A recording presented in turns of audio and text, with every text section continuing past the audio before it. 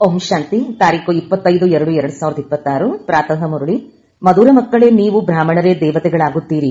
ನೀವೇ ಭಾರತವನ್ನು ಸ್ವರ್ಗವನ್ನಾಗಿ ಮಾಡುತ್ತೀರಿ. ಆದ್ದರಿಂದ ನಿಮಗೆ ಬ್ರಾಹ್ಮಣ ಧರ್ಮದ ನಶೆ ಇರಬೇಕು. ಪ್ರಶ್ನೆ: ಸತ್ಯ ಬ್ರಾಹ್ಮಣರ ಮುಖ್ಯ ಲಕ್ಷಣಗಳು ಏನಾಗಿರುವುದು? ಉತ್ತರ: ಸತ್ಯ ಬ್ರಾಹ್ಮಣರ ಬುದ್ಧಿರೂಪಿ ಹಗ್ಗವು ಈ ಹಳೆಯ ಪ್ರಪಂಚದಿಂದ ಬಿಚ್ಚಲ್ಪಟ್ಟಿರುವುದು. ಅವರು ಈ ಪ್ರಪಂಚದ ತೀರವನ್ನು ಬಿಟ್ಟು ಬಿಟ್ಟರು. 2. ಸತ್ಯ ಬ್ರಾಹ್ಮಣರೆಂದರೆ ಕೈಗಳಿಂದ ಕೆಲಸ ಮಾಡುತ್ತಾ ಬುದ್ಧಿಯಿಂದ ಸದಾ ತಂದೆಯ ನೆನಪಿನಲ್ಲಿರುವವರು, ಅರ್ಥಾತ್ ಕರ್ಮಯೋಗಿಯಾಗಿರುವವರು. 3. ಬ್ರಾಹ್ಮಣರು ಅರ್ಥಾತ್ ಕಮಲ ಪುಷ್ಪ ಸಮಾನರು. 4. ಬ್ರಾಹ್ಮಣರು ಅರ್ಥಾತ್ ಸದಾ ಆತ್ಮಾಭಿಮಾನಿಯಾಗುವ ಪುರುಷಾರ್ಥ ಮಾಡುವವರು. 5. ಬ್ರಾಹ್ಮಣರು ಅರ್ಥಾತ್ ಕಾಮ ಮಹಾಶತ್ರುವಿನ ಮೇಲೆ ವಿಜಯವನ್ನು ಪ್ರಾಪ್ತಿ ಮಾಡಿಕೊಳ್ಳುವವರು. ಓಂ ಶಾಂತಿ. ಆತ್ಮಿಕ ತಂದೆಯು ಆತ್ಮಿಕ ಮಕ್ಕಳಿಗೆ ತಿಳಿಸುತ್ತಾರೆ, ಮಕ್ಕಳು ಯಾರು? ಈ ಬ್ರಾಹ್ಮಣರು. ಇದನ್ನು ಎಂದೂ ಮರೆಯಬೇಡಿ. ನಾವು ಬ್ರಾಹ್ಮಣರಾಗಿದ್ದೇವೆ, ದೇವತೆಗಳಾಗುವವರಾಗಿದ್ದೇವೆ. ವರ್ಣಗಳನ್ನು ಸಹ ನೆನಪು ಮಾಡಿಕೊಳ್ಳಬೇಕಾಗುತ್ತದೆ. ನೀವಿಲ್ಲಿ ಪರಸ್ಪರ ಕೇವಲ ಬ್ರಾಹ್ಮಣರಿದ್ದೀರಿ. ಬ್ರಾಹ್ಮಣರಿಗೆ ಬೇಹದ್ದಿನ ತಂದೆಯು ಓದಿಸುತ್ತಾರೆ. ಇಲ್ಲಿ ಬ್ರಹ್ಮರವರು ಓದುವುದಿಲ್ಲ. ಶಿವತಂದೆಯು ಬ್ರಹ್ಮರವರ ಮೂಲಕ ಬ್ರಾಹ್ಮಣರಿಗೆ ಓದಿಸುತ್ತಾರೆ. ಶೂದ್ರರಿಂದ ಬ್ರಾಹ್ಮಣರಾಗದ ಹೊರತು ದೇವಿ ದೇವತೆಗಳಾಗಲು ಸಾಧ್ಯವಿಲ್ಲ. ಆಸ್ತಿಯು ಶಿವತಂದೆಯಿಂದಲೇ ಸಿಗುತ್ತದೆ. ಆ ಶಿವತಂದೆಯು ಎಲ್ಲರ ತಂದೆಯಾಗಿದ್ದಾರೆ. ಈ ಬ್ರಹ್ಮರವರಿಗೆ ಗ್ರೇಟ್ ಗ್ರೇಟ್ ಗ್ರ್ಯಾಂಡ್ ಫಾದರ್ ಎಂದು ಹೇಳುತ್ತಾರೆ. ಎಲ್ಲರಿಗೂ ಲೌಕಿಕ ತಂದೆ ಇರುತ್ತಾರೆ. ಪಾರಲೌಕಿಕ ತಂದೆಯನ್ನು ಭಕ್ತಿ ಮಾರ್ಗದಲ್ಲಿ ನೆನಪು ಮಾಡುತ್ತಾರೆ. ನೀವೀಗ ತಿಳಿದುಕೊಂಡಿದ್ದೀರಿ, ಇವರು ಅಲೌಕಿಕ ತಂದೆಯಾಗಿದ್ದಾರೆ. ಇವರನ್ನು ಯಾರೂ ತಿಳಿದುಕೊಂಡಿಲ್ಲ. ಬಲೆ ಬ್ರಹ್ಮನ ಮಂದಿರವಿದೆ. ಇಲ್ಲಿಯೂ ಪ್ರಜಾಪಿತ ಆದಿದೇವನ ಮಂದಿರವಿದೆ. ಅವರನ್ನು ಕೇವಲ ಮಹಾವೀರರೆಂದು ಹೇಳುತ್ತಾರೆ. ಹೃದಯವನ್ನು ತೆಗೆದುಕೊಳ್ಳುವವರೆಂದು ಹೇಳುತ್ತಾರೆ.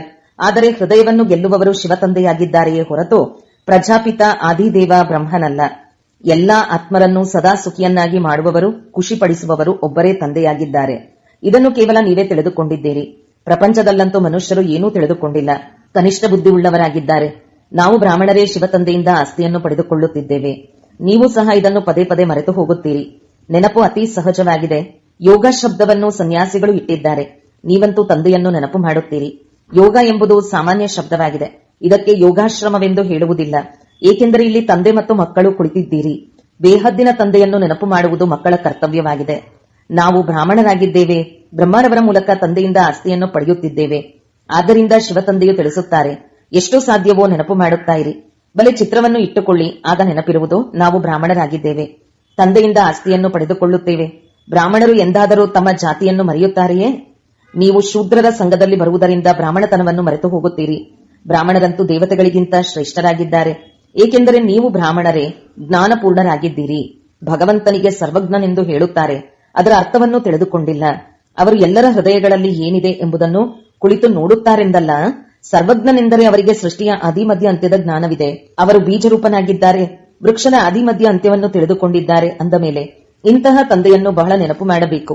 ಈ ಬ್ರಹ್ಮರವರ ಆತ್ಮವೂ ಸಹ ಆ ತಂದೆಯನ್ನು ನೆನಪು ಮಾಡುತ್ತಾರೆ. ತಂದೆಯು ತಿಳಿಸುತ್ತಾರೆ, ಈ ಬ್ರಹ್ಮನು ನನ್ನನ್ನು ನೆನಪು ಮಾಡುತ್ತಾರೆ. ಆದ್ದರಿಂದಲೇ ಈ ಪದವಿಯನ್ನು ಪಡೆಯುತ್ತಾರೆ. ನೀವು ನೆನಪು ಮಾಡುತ್ತೀರಿ, ಆಗಲೇ ಪದವಿ ಪಡೆಯುತ್ತೀರಿ. ಮೊಟ್ಟ ಮೊದಲು ನೀವು ಅಶರೀರಿಯಾಗಿ ಬಂದಿದ್ದೀರಿ, ಮತ್ತೆ ಅಶರೀರಿಯಾಗಿ ಹಿಂತಿರುಗಿ ಹೋಗಬೇಕು. ಮತ್ತೆಲ್ಲರೂ ನಿಮಗೆ ದುಃಖ ಕೊಡುವವರಾಗಿದ್ದಾರೆ. ಅವರನ್ನು ಏಕೆ ನೆನಪು ಮಾಡುತ್ತೀರಿ? ಯಾವಾಗ ನಾನು ನಿಮಗೆ ಸಿಕ್ಕಿದ್ದೇನೋ, ನಾನು ನಿಮ್ಮನ್ನು ಹೊಸ ಪ್ರಪಂಚದಲ್ಲಿ ಕರೆದುಕೊಂಡು ಹೋಗಲು ಬಂದಿದ್ದೇನೆ. ಅಲ್ಲಿ ಯಾವುದೇ ದುಃಖವಿರುವುದಿಲ್ಲ, ದೈವಿ ಸಂಬಂಧವಿರುತ್ತದೆ. ಇಲ್ಲಿ ಮೊಟ್ಟ ಮೊದಲು ಸ್ತ್ರೀ ಪುರುಷನ ಸಂಬಂಧದಲ್ಲಿ ದುಃಖವಾಗುತ್ತದೆ, ಏಕೆಂದರೆ ವಿಕಾರಿಗಳಾಗುತ್ತಾರೆ. ಈಗ ನಿಮ್ಮನ್ನು ಇಂತಹ ಪ್ರಪಂಚದ ಮಾಲೀಕರನ್ನಾಗಿ ಮಾಡುತ್ತೇನೆ. ಎಲ್ಲಿ ವಿಕಾರದ ಮಾತೆ ಇರುವುದಿಲ್ಲ. ಕಾಮ ಮಹಾಶತ್ರುವೆಂದು ಗಾಯನವಿದೆ. ಇದು ಆದಿಮಧ್ಯ ಅಂತ್ಯ ದುಃಖ ಕೊಡುತ್ತದೆ. ಕ್ರೋಧವು ಆದಿಮಧ್ಯ ಅಂತ್ಯ ದುಃಖ ಕೊಡುತ್ತದೆ ಎಂದು ಹೇಳುವುದಿಲ್ಲ. ಅಂದ ಮೇಲೆ ಮೊದಲು ಕಾಮವಿಕಾರವನ್ನು ಗೆಲ್ಲಬೇಕು. ಅದೇ ಆದಿಮಧ್ಯ ಅಂತ್ಯ ದುಃಖ ಕೊಡುತ್ತದೆ, ಪತೀತರನ್ನಾಗಿ ಮಾಡುತ್ತದೆ. ಪತೀತ ಶಬ್ದವು ವಿಕಾರಕ್ಕೆ ಸಲ್ಲುತ್ತದೆ. ಈ ಶತ್ರುವಿನ ಮೇಲೆ ಜಯಗಳಿಸಬೇಕು. ನಿಮಗೆ ತಿಳಿದಿದೆ, ನಾವು ಸ್ವರ್ಗದ ದೇವಿ ದೇವತೆಗಳಾಗುತ್ತಿದ್ದೇವೆ. ಎಲ್ಲಿಯವರೆಗೆ ಈ ನಿಶ್ಚಯ ಇಲ್ಲವೋ ಅಲ್ಲಿಯವರೆಗೆ ಏನನ್ನೂ ಪಡೆಯಲು ಸಾಧ್ಯವಿಲ್ಲ. ತಂದೆಯು ತಿಳಿಸುತ್ತಾರೆ, ಮಕ್ಕಳೇ ಮನಸ ವಾಚ ಕರ್ಮಣ ಅಕ್ಯುರೇಟ್ ಆಗಬೇಕು. ಪರಿಶ್ರಮವಿದೆ. ಪ್ರಪಂಚದಲ್ಲಿ ಇದು ಯಾರಿಗೂ ತಿಳಿದಿಲ್ಲ. ನೀವು ಭಾರತವನ್ನು ಸ್ವರ್ಗವನ್ನಾಗಿ ಮಾಡುತ್ತೀರಿ. ಮುಂದೆ ಹೋದಂತೆ ತಿಳಿದುಕೊಳ್ಳುವರು. ಒಂದು ದೇಶ, ಒಂದು ಭಾಷೆ, ಒಂದು ಧರ್ಮ, ಒಂದು ರಾಜ್ಯವು ಬೇಕೆಂದು ಬಯಸುತ್ತಾರೆ. ಅಂದಾಗ ನೀವಿದ್ದನ್ನು ತಿಳಿಸಬಹುದು. ಸತ್ಯಯುಗದಲ್ಲಿ ಇಂದಿಗೆ 5000 ವರ್ಷಗಳ ಮೊದಲು ಒಂದು ರಾಜ್ಯ, ಒಂದು ಧರ್ಮವಿತ್ತು. ಅದಕ್ಕೆ ಸ್ವರ್ಗವೆಂದು ಹೇಳಲಾಗುತ್ತದೆ. ರಾಮರಾಜ್ಯ ಮತ್ತು ರಾವಣ ರಾಜ್ಯವನ್ನು ಯಾರೂ ತಿಳಿದುಕೊಂಡಿಲ್ಲ. 100% ಕನಿಷ್ಠ ಬುದ್ಧಿಯವರಿಂದ ನೀವೀಗ ಸ್ವಚ್ಛ ಬುದ್ಧಿಯವರಾಗುತ್ತೀರಿ. ನಂಬರ್ ವಾರ್ ಪುರುಷಾರ್ಥದ ಅನುಸಾರ ತಂದೆಯು ಕುಳಿತು ಓದಿಸುತ್ತಾರೆ. ಕೇವಲ ನೀವು ತಂದೆಯ ಮತದಂತೆ ನಡೆಯಿರಿ. ತಂದೆಯು ತಿಳಿಸುತ್ತಾರೆ, ಹಳೆಯ ಪ್ರಪಂಚದಲ್ಲಿರುತ್ತಾ ಕಮಲ ಪುಷ್ಪ ಸಮಾನ ಪವಿತ್ರವಾಗಿರಿ. ನನ್ನನ್ನು ನೆನಪು ಮಾಡುತ್ತಾ ಇರಿ. ತಂದೆಯು ಆತ್ಮಗಳಿಗೆ ತಿಳಿಸುತ್ತಾರೆ, ನಾನು ಈ ಕರ್ಮೇಂದ್ರಿಯಗಳ ಮೂಲಕ ಆತ್ಮರಿಗೆ ಓದಿಸಲು ಬಂದಿದ್ದೇನೆ. ನೀವಾತ್ಮರೂ ಸಹ ಕರ್ಮೇಂದ್ರಿಯಗಳ ಮೂಲಕ ಕೇಳಿಸಿಕೊಳ್ಳುತ್ತೀರಿ. ನೀವು ಮಕ್ಕಳು ಆತ್ಮಾಭಿಮಾನಿಯಾಗಬೇಕು. ಇದಂತೂ ಹಳೆಯ ಚೀಚಿ ಶರೀರವಾಗಿದೆ. ನೀವು ಬ್ರಾಹ್ಮಣರು ಪೂಜೆಗೆ ಯೋಗ್ಯರಲ್ಲ, ನೀವು ಗಾಯನಕ್ಕೆ ಯೋಗ್ಯರಾಗಿದ್ದೀರಿ. ದೇವತೆಗಳು ಪೂಜೆಗೆ ಯೋಗ್ಯರಾಗಿದ್ದಾರೆ. ನೀವು ಶ್ರೀಮತದಂತೆ ವಿಶ್ವವನ್ನು ಪವಿತ್ರ ಸ್ವರ್ಗವನ್ನಾಗಿ ಮಾಡುತ್ತೀರಿ. ಆದ್ದರಿಂದ ನಿಮ್ಮದು ಗಾಯನವಿದೆ, ನಿಮಗೆ ಪೂಜೆಯಾಗುವುದಿಲ್ಲ. ಗಾಯನವು ಕೇವಲ ನೀವು ಬ್ರಾಹ್ಮಣರದಾಗಿದೆ, ದೇವತೆಗಳದಲ್ಲ. ತಂದೆಯು ನಿಮ್ಮನ್ನು ಶೂದ್ರರಿಂದ ಬ್ರಾಹ್ಮಣರನ್ನಾಗಿ ಮಾಡುತ್ತಾರೆ. ಜಗದಂಬ ಮತ್ತು ಬ್ರಹ್ಮ ಮೊದಲಾದವರು ಮಂದಿರಗಳನ್ನು ಕಟ್ಟಿಸುತ್ತಾರೆ, ಆದರೆ ಇವರು ಯಾರೆಂಬುದು ತಿಳಿದಿಲ್ಲ. ಜಗತ್ಪಿತನು ಬ್ರಹ್ಮನಾದರಲ್ಲವೇ, ಅವರಿಗೆ ದೇವತೆ ಎಂದು ಹೇಳುವುದಿಲ್ಲ. ದೇವತೆಗಳ ಆತ್ಮ ಮತ್ತು ಶರೀರ ಎರಡೂ ಪವಿತ್ರವಾಗಿದೆ.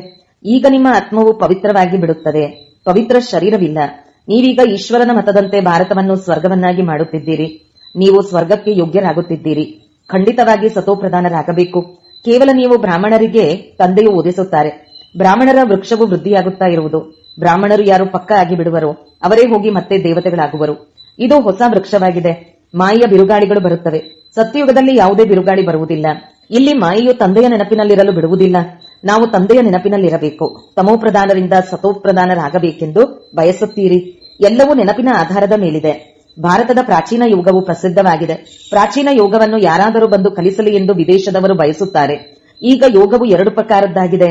ಒಬ್ಬರು ಹಠಯೋಗಿಗಳು, ಇನ್ನೊಬ್ಬರು ರಾಜಯೋಗಿಗಳು. ನೀವು ರಾಜಯೋಗಿಗಳಾಗಿದ್ದೀರಿ. ಇದು ಭಾರತದ ಪ್ರಾಚೀನ ರಾಜಯೋಗವಾಗಿದೆ. ಅದನ್ನು ತಂದೆಯೇ ಕಲಿಸುತ್ತಾರೆ. ಕೇವಲ ಗೀತೆಯಲ್ಲಿ ನನ್ನ ಬದಲು ಕೃಷ್ಣನ ಹೆಸರನ್ನು ಹಾಕಿದ್ದಾರೆ. ಎಷ್ಟೊಂದು ಅಂತರವಾಗಿ ಬಿಟ್ಟಿದೆ. ಶಿವ ಜಯಂತಿಯಾದ ಮೇಲೆ ನಿಮ್ಮ ವೈಕುಂಠದ ಜಯಂತಿಯೂ ಆಗುತ್ತದೆ. ಅದರಲ್ಲಿ ಶ್ರೀಕೃಷ್ಣನ ರಾಜ್ಯವಿರುವುದು. ನಿಮಗೆ ತಿಳಿದಿದೆ, ಶಿವ ಜಯಂತಿಯಾದರೆ ಗೀತಾ ಜಯಂತಿಯೂ ಆಗುವುದು, ವೈಕುಂಠದ ಜಯಂತಿಯೂ ಆಗುವುದು. ಅದರಲ್ಲಿ ನೀವು ಪವಿತ್ರರಾಗಿ ಬಿಡುತ್ತೀರಿ. ಕಲ್ಪದ ಮೊದಲಿನ ರೀತಿ ಸ್ಥಾಪನೆ ಮಾಡುತ್ತೀರಿ. ಈಗ ತಂದೆಯು ತಿಳಿಸುತ್ತಾರೆ, ನನ್ನನ್ನು ನೆನಪು ಮಾಡಿ. ನೆನಪು ಮಾಡದಿದ್ದರೆ ಮಾಯೆಯು ಯಾವುದಾದರೊಂದು ವಿಕರ್ಮ ಮಾಡಿಸಿಬಿಡುತ್ತದೆ. ನೆನಪು ಮಾಡದಿದ್ದರೆ ಪೆಟ್ಟು ಬೀಳುತ್ತದೆ. ನೆನಪಿನಲ್ಲಿದ್ದರೆ ಪೆಟ್ಟು ಬೀಳುವುದಿಲ್ಲ. ಇದು ಮಲ್ಲಯುದ್ಧವಾಗಿದೆ. ನಿಮಗೆ ತಿಳಿದಿದೆ, ನಮ್ಮ ಶತ್ರು ಯಾವುದೇ ಮನುಷ್ಯನಲ್ಲ, ರಾವಣ ಶತ್ರುವಾಗಿದ್ದಾನೆ. ತಂದೆಯು ತಿಳಿಸುತ್ತಾರೆ, ಈ ಸಮಯದ ವಿವಾಹವು ನಷ್ಟವಾಗಿದೆ. ಒಬ್ಬರು ಇನ್ನೊಬ್ಬರನ್ನು ಪತೀತರನ್ನಾಗಿ ಮಾಡುತ್ತಾರೆ. ಈಗ ಪಾರಲೌಕಿಕ ತಂದೆಯು ಆದೇಶ ನೀಡಿದ್ದಾರೆ, ಮಕ್ಕಳೇ, ಕಾಮ ಮಹಾಶತ್ರುವಾಗಿದೆ. ಇದರ ಮೇಲೆ ಜಯಗಳಿಸಿ ಮತ್ತು ಪವಿತ್ರತೆಯ ಪ್ರತಿಜ್ಞೆ ಮಾಡಿ. ಯಾರೂ ಪತೀತರಾಗಬೇಡಿ. ಜನ್ಮ ಜನ್ಮಾಂತರ ಈ ವಿಕಾರದಿಂದಲೇ ನೀವು ಪತೀತರಾಗಿದ್ದೀರಿ. ಆದ್ದರಿಂದ ಕಾಮ ಮಹಾಶತ್ರುವೆಂದು ಹೇಳಲಾಗುತ್ತಿದೆ. ಪತೀತ ಪಾವನನೇ ಬನ್ನಿ ಎಂದು ಸಾಧು ಸಂತರೆಲ್ಲರೂ ಹೇಳುತ್ತಾರೆ. ಸತ್ಯಯುಗದಲ್ಲಿ ಯಾರೂ ಪತೀತರು ಇರುವುದಿಲ್ಲ. ತಂದೆಯು ಬಂದು ಜ್ಞಾನದಿಂದ ಸರ್ವರ ಸದ್ಗತಿ ಮಾಡುತ್ತಾರೆ. ಈಗ ಎಲ್ಲರೂ ದುರ್ಗತಿಯಲ್ಲಿದ್ದಾರೆ. ಜ್ಞಾನ ಕೊಡುವವರು ಯಾರೂ ಇಲ್ಲ. ಜ್ಞಾನ ಕೊಡುವವರು ಒಬ್ಬರೇ ಜ್ಞಾನ ಸಾಗರನಾಗಿದ್ದಾರೆ. ಜ್ಞಾನದಿಂದ ಹಗಲು ಆಗುತ್ತದೆ. ಹಗಲು ರಾಮನದಾಗಿದೆ, ರಾತ್ರಿಯು ರಾವಣನದಾಗಿದೆ. ಈ ಶಬ್ದಗಳ ಯಥಾರ್ಥ ಅರ್ಥವನ್ನು ನೀವು ಮಕ್ಕಳು ತಿಳಿದುಕೊಂಡಿದ್ದೀರಿ. ಕೇವಲ ಪುರುಷಾರ್ಥದಲ್ಲಿ ಬಲಹೀನತೆ ಇದೆ. ತಂದೆಯಂತೂ ಬಹಳ ಚೆನ್ನಾಗಿ ತಿಳಿಸುತ್ತಾರೆ. ನೀವೇ 84 ಜನ್ಮಗಳನ್ನು ಪೂರ್ಣ ಮಾಡಿದ್ದೀರಿ. ಈಗ ಪವಿತ್ರರಾಗಿ ಹಿಂತಿರುಗಿ ಹೋಗಬೇಕು. ನಿಮಗಂತೂ ಶುದ್ಧ ಅಹಂಕಾರವಿರಬೇಕು. ನಾವಾತ್ಮರು ತಂದೆಯ ಮತದಂತೆ ಈ ಭಾರತವನ್ನು ಸ್ವರ್ಗವನ್ನಾಗಿ ಮಾಡುತ್ತಿದ್ದೇವೆ. ಯಾವ ಸ್ವರ್ಗದಲ್ಲಿ ಮತ್ತೆ ರಾಜ್ಯಭಾರ ಮಾಡುತ್ತೇವೆ.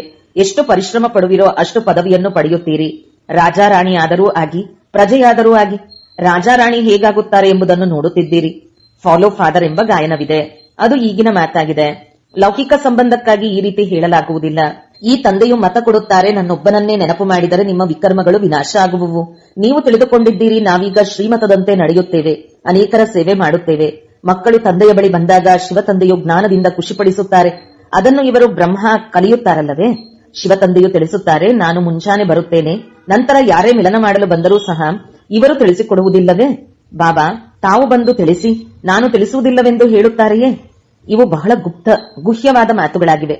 ನಾನಂತೂ ಬ್ರಹ್ಮರವರಂತೂ ಎಲ್ಲರಿಗಿಂತ ಚೆನ್ನಾಗಿ ತಿಳಿಸಿಕೊಡುತ್ತೇನೆ ಎಂದ ಮೇಲೆ ಶಿವತಂದೆಯೇ ತಿಳಿಸುತ್ತಾರೆ, ಇವರು ತಿಳಿಸುವುದಿಲ್ಲವೆಂದು ನೀವು ಏಕೆ ತಿಳಿದುಕೊಳ್ಳುತ್ತೀರಿ. ಇದೂ ಸಹ ನಿಮಗೆ ತಿಳಿದಿದೆ. ಕಲ್ಪದ ಮೊದಲು ಸಹ ಇವರು ತಿಳಿಸಿದ್ದಾರೆ. ಆದ್ದರಿಂದಲೇ ಈ ಪದವಿಯನ್ನು ಪಡೆದಿದ್ದಾರೆ. ಮಮ್ಮರವರು ಸಹ ತಿಳಿಸುತ್ತಿದ್ದರಲ್ಲವೇ. ಅವರು ಶ್ರೇಷ್ಠ ಪದವಿಯನ್ನು ಪಡೆಯುತ್ತಾರೆ. ಮಮ್ಮ ಬಾಬಾರವರನ್ನು ಸೂಕ್ಷ್ಮೋತನದಲ್ಲಿ ತೋರಿಸುತ್ತಾರೆ. ಅಂದಾಗ ಮಕ್ಕಳು ಫಾಲೋ ಫಾದರ್ ಮಾಡಬೇಕು. ಬಡವರೇ ಸಮರ್ಪಣೆಯಾಗುತ್ತಾರೆ, ಸಾಹುಕಾರರು ಆಗಲು ಸಾಧ್ಯವಿಲ್ಲ. ಬಾಬಾ ಇದೆಲ್ಲವೂ ತಮ್ಮದೆಂದು ಬಡವರೇ ಹೇಳುತ್ತಾರೆ. ಶಿವತಂದೆಯಂತೂ ದಾತನಾಗಿದ್ದಾರೆ, ಅವರೆಂದೂ ತಿಳಿದುಕೊಳ್ಳುವುದಿಲ್ಲ. ಮಕ್ಕಳಿಗೆ ಹೇಳುತ್ತಾರೆ, ಇದೆಲ್ಲವೂ ನಿಮ್ಮದಾಗಿದೆ. ನಾನು ನನಗಾಗಿ ಮಹಲುಗಳನ್ನು ಇಲ್ಲಿಯಾಗಲಿ ಸತ್ಯುಗದಲ್ಲಾಗಲಿ ಮಾಡಿಕೊಳ್ಳುವುದಿಲ್ಲ. ನಿಮ್ಮನ್ನೇ ಸ್ವರ್ಗದ ಮಾಲೀಕರನ್ನಾಗಿ ಮಾಡುತ್ತೇನೆ. ಈಗ ಈ ಜ್ಞಾನರತ್ನಗಳಿಂದ ಜೋಳಿಗೆಯನ್ನು ತುಂಬಿಸಿಕೊಳ್ಳಬೇಕು. ಮಂದಿರದಲ್ಲಿ ಹೋಗಿ ನನ್ನ ಜೋಳಿಗೆಯನ್ನು ತುಂಬಿಸಿ ಎಂದು ಕೇಳುತ್ತಾರೆ. ಆದರೆ ಯಾವ ಪ್ರಕಾರದ ಜೋಳಿಗೆ ಅಥವಾ ಯಾವುದರಿಂದ ಜೋಳಿಗೆಯನ್ನು ತುಂಬಿಸಬೇಕು. ಜೋಳಿಗೆ ತುಂಬುವವರಂತೂ ಲಕ್ಷ್ಮಿಯಾಗಿದ್ದಾಳೆ, ಹಣ ಕೊಡುತ್ತಾರೆ. ಶಿವನ ಬಳಿ ಹೋಗುವುದಿಲ್ಲ, ಶಂಕರನ ಬಳಿ ಹೋಗಿ ಕೇಳುತ್ತಾರೆ. ಶಿವಶಂಕರ ಒಂದೇ ಎಂದು ತಿಳಿದುಕೊಳ್ಳುತ್ತಾರೆ. ಆದರೆ ಆ ರೀತಿ ಇಲ್ಲ. ತಂದೆಯು ಬಂದು ಸತ್ಯವನ್ನು ತಿಳಿಸುತ್ತಾರೆ. ತಂದೆಯೇ ದುಃಖಹರ್ತ ಸುಖಕರ್ತನಾಗಿದ್ದಾರೆ. ನೀವು ಮಕ್ಕಳು ಗೃಹಸ್ಥ ವ್ಯವಹಾರದಲ್ಲಿಯೂ ಇರಬೇಕಾಗಿದೆ, ಉದ್ಯೋಗವನ್ನು ಮಾಡಬೇಕು.